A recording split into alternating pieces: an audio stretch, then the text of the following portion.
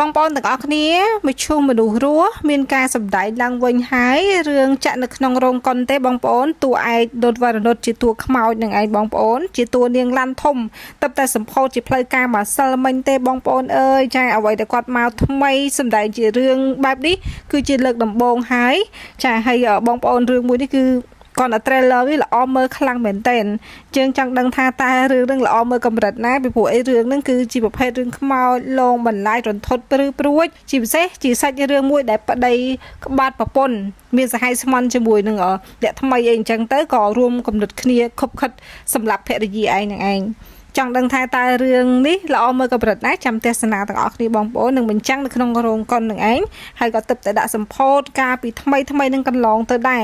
នុនវ៉ារនុតមកលើកនេះគឺថាស្អាតខ្លាំងមែនតើបងប្អូនអ្នកគ្រប់ត្រូលគាត់ច្បាស់ជាបានដឹងហើយចានេះខ្ញុំក៏ជា fan របស់គាត់មួយរូបដែរ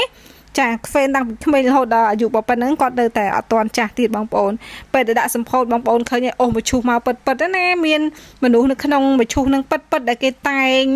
ហ្មងបងប្អូនចាមើលទៅគឺថាអូវ៉ាវហ្មងបងប្អូនទាំងអស់គ្នាព័ត៌មានតារាជាតិតារាអន្តរជាតិសង្គមវប្បធម៌អរិយធម៌តន្ត្រីនិងភាពយន្ត